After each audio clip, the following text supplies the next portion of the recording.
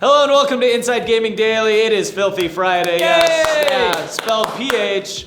Today we're asking the question, should Nintendo continue making consoles? No! Yes! No! Yeah, I'm okay, we'll get to that. I started thinking about this more after the patent filed by Nintendo was published like 2 weeks ago, showing a system without a disk drive, leading to copious amounts of upset fans online. Why doesn't Nintendo just get out of the console business altogether and focus more on software development and other subscription services? Or a subscription service? Because the DS sells really well. That's true. But like the messenger said in the movie 300, this is blasphemy, this is madness! And then he kicks him into the pit. Right into the pit of doom. So I guess I'm getting kicked into the pit. You are. Yeah. No, this is business, and you get into business to make money. Remember it, Prince Money, bitch? That was Nintendo coined that phrase. That's true. Let's roll it. Prince Money, bitch! Oh, snap! If Nintendo were to take this route, they'd need to address two concerns. The first being how to get their product to the masses and what the incentive would be for that product. So, in order to get their product into the most hands possible, Nintendo would need to go where everyone is already. And in the past, Nintendo relied on console handheld sales to reach fans, creating their own hardware, letting the public come to them. They had success in their last four offerings with the DS, the 3DS, the Wii, and not the Wii U, really. If you lump it in with everything together, the whole kit and caboodle, it's 319 million units, which is pretty good. In the last 15 years, though, a new player has joined the race. Oh. Smartphones. Ugh. In 2000, according to an article published on DazInfo.com, there were 738 million mobile subscriber users. That's a lot. By the end of this year, 2015, that number will reach 7 billion. The world population is actually 7.3 billion. That's Everyone has a cell phone subscription.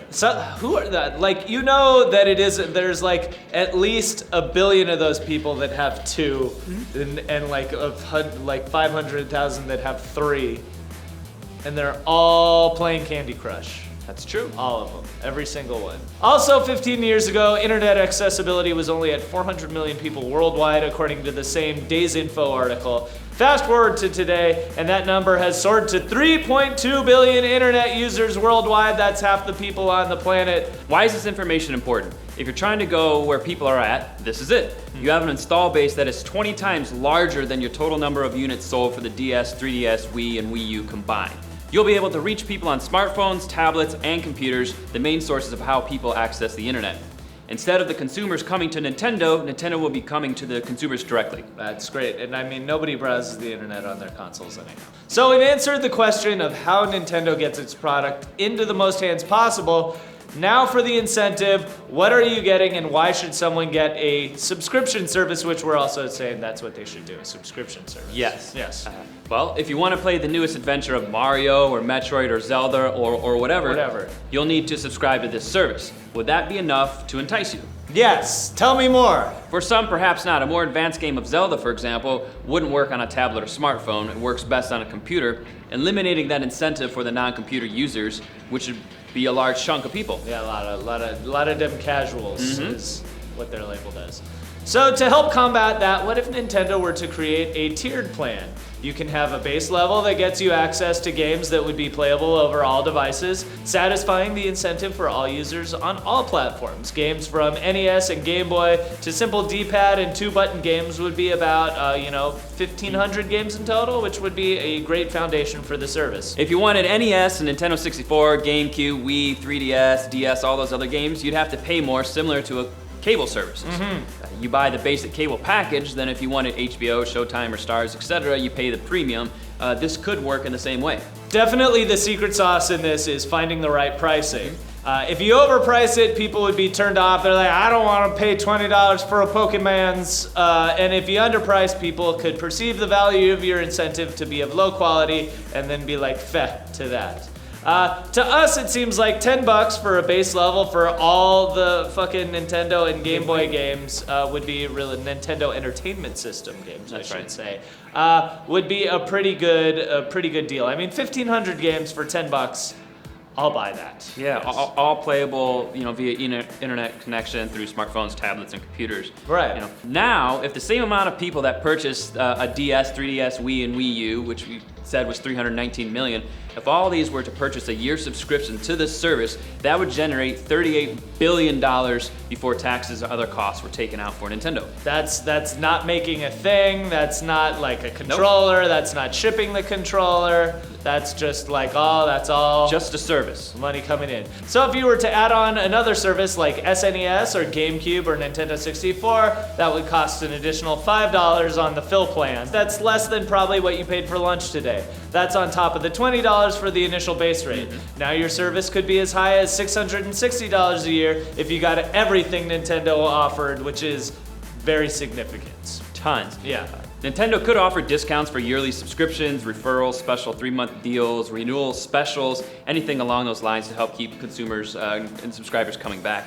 I understand that having servers to house the games and developing the games to run on all these devices is a huge, daunting task.